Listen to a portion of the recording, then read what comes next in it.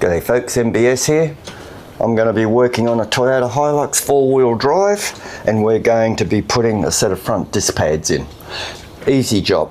There's just a few things you've got to watch out for, and I'm going to cover those as we go along. First thing we need to do, of course, is empty a little bit out of the master cylinder. Okay, I have a syringe. You just put it in there, draw it out, fill up your syringe. That should lower your master cylinder down low enough to allow for the expansion of the brake fluid from your caliper back into your master cylinder. Because when we compress the caliper to fit new pads in, the brake fluid's got to go somewhere and it comes back here. Alright, so you don't want to overfill this little fellow and have brake fluid going down everywhere on your inner guard and over your rubber components, because it will wreck it all and you'd have to hose it off pretty well straight away with water so that it doesn't peel your paint and all that sort of stuff. Alright, so that's the first thing you have to look out for before we get down and start doing the pad change. Now there is an alternative. I don't like it exactly too much, but you can do it and we'll show it to you when we get down to the caliper. Right, the alternate method is to undo your bleed nipple as you compress your pads into the cylinder. You'll bleed brake fluid out of your bleeder. Okay, when you've finished compressing, shut your nipple back off. Okay, I don't particularly like that method because you may just let a tiny quantity of air in and you may have to bleed the brake fluid if you use that method. All right. Okay, master cylinder's low enough. We can go ahead and compress these pistons. So let's start getting these pins out and we'll do this pad change. Nice and quick job. Righto, in a nutshell, we're going to take these two pins out. We're going to take the pads out, pads in, pins in, and we've got to put a component back in that wasn't here. If for those that are in the know, we are missing the anti-rattle spring. And that rattle spring goes in there like so. Hooks into the pad, there, and then the pin goes through underneath here and apparently stops the pads from rattling. I prefer this one that I picked up at a wrecking yard. Just clicks in there, clicks in there. I like that one a lot better. We're going to fit that when we're done. Alright, so to get the pins out, you just push down here on this little spring clip here and pull that little fellow out. Alright, now I got a new one here. I got that in a kit from Online Auto Parts in Brisbane. You get new pins, new clips, and you get the anti-rattle spring as well. So, to get the pin out, you tap it from the other side. Sometimes these are tight, sometimes they're not. This one, not too bad. And we'll draw him out.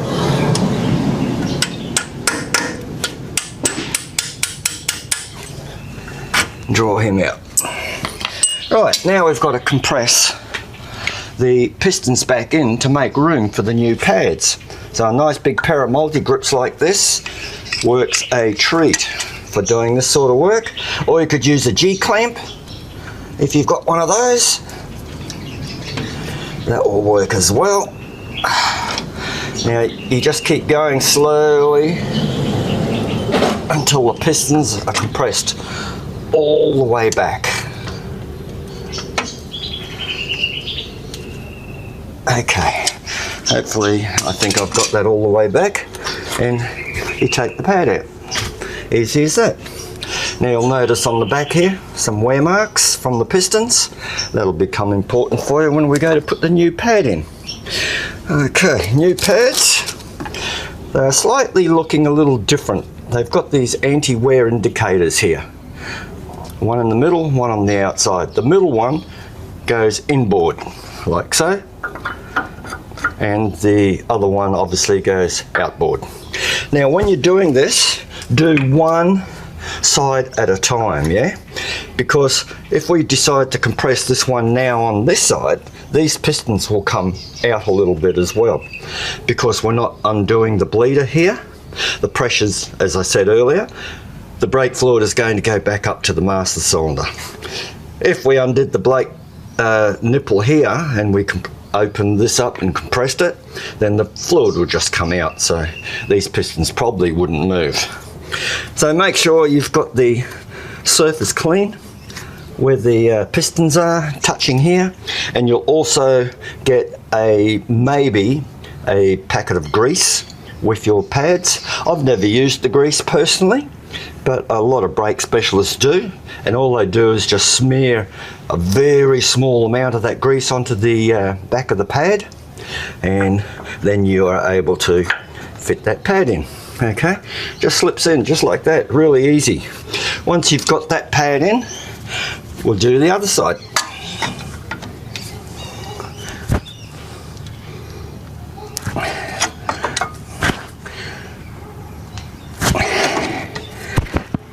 And simple as that.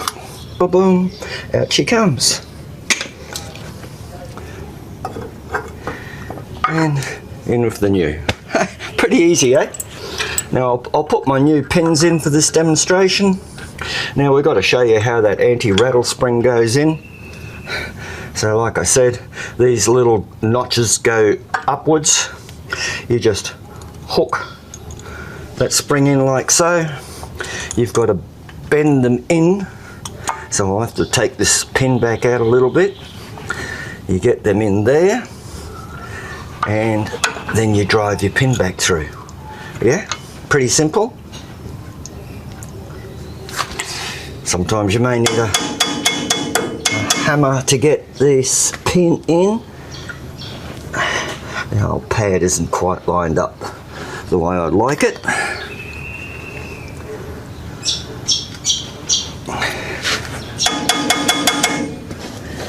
Yeah. Okay. This thing is now pushing the pad in, and I've got to pull the pad back out to get the pin to go through.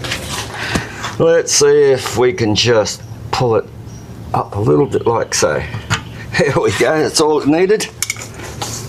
And drive it through until it goes through. Now, the next little tricky thing is, you got to line up this pinhole here, yeah? See, at the moment, this is right around there. I've got to get it around so that can go through. Once you get your pin in, especially if this anti-rattle spring fitted, it's hard to turn that pin. You may have to get a pair of pliers just in here and twist it round to get that done, or you try and line it up right at the very start when you're pushing it through. Now the top one is fairly simple, it just goes straight through. So then you put this little sucker back in here, yeah, and you put it into there, and then you just clip that back in there like so. All right, and that's your pad change done. Now I'll show you this other anti-rattle clip, so you see how that one fits. Now for this one, you just fit your pins in fully, yeah. Hey, look at that! They forgot to drill a hole through the pin. Oh my God! I won't be using that one. Oh, I'll have to go back to the company and say, whoa, what's going on here? I'll have to use an old pin. Ah, bugger. Alrighty. Anyway, we will carry on. So, we got get the new one in, or the old one I should say.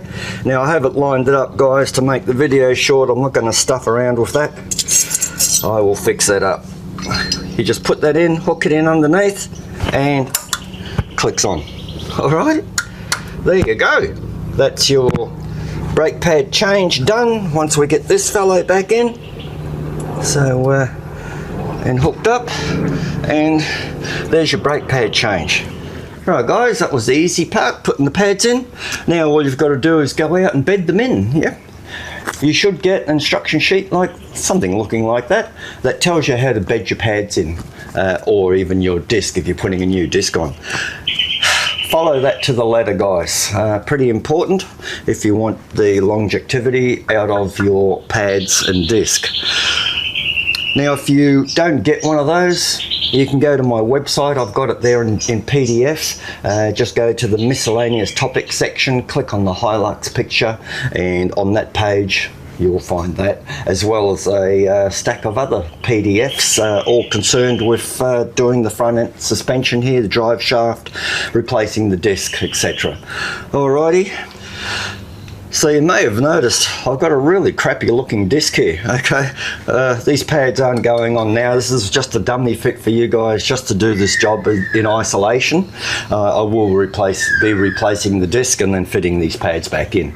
So my next video, these pads will be out, the old ones will be back in. Alrighty, so that's about it just for a straight out disc replacement, yeah? Oh, the magpies are back. Love it.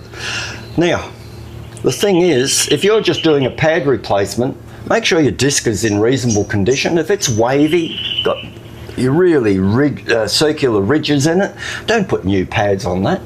Get the disc machined. Yeah, it's going to take ages for your pad to conform to that same shape.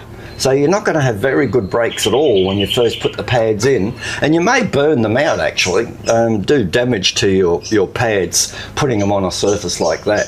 So the surface must be smooth, no ridges and cuts in it. All right, so that's just a bit of advice for you there on the disc. If you're going just to do the pads, so you want your disc in good condition.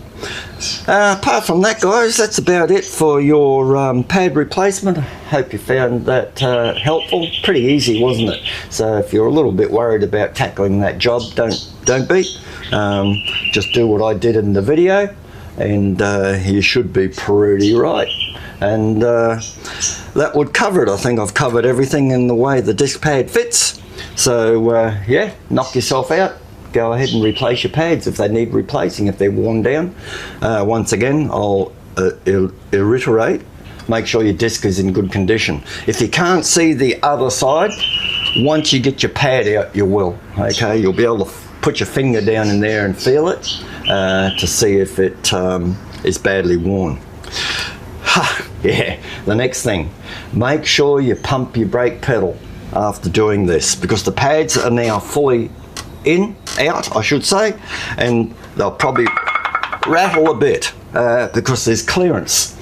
You have to get that clearance back up. All right, so pump your brake pedal, don't pump it to the floor, just give it 2-inch strokes, just keep pumping until you get a pedal, and then your pads have met up with your disc, then you're safe to go out. If you ever watched Bathurst, you've seen the guys make that mistake. They get brake pad changes, they go out and no brakes because they forgot to pump the pedal. All right, that's what's going to happen to you if you forget to do that. You're going to go out your driveway and press the brakes. Oh, nothing. All right, so don't forget to pump your pedal up after putting pads in. It goes the same with all brake work. You must pump that pedal up, and then you're good to go. Check your master cylinder, top it up now if necessary. Or bleed the system if you want to bleed the system and put new brake fluid through. So yeah, all those little things matter. Okay guys, we'll catch you in the next video replacing the disc.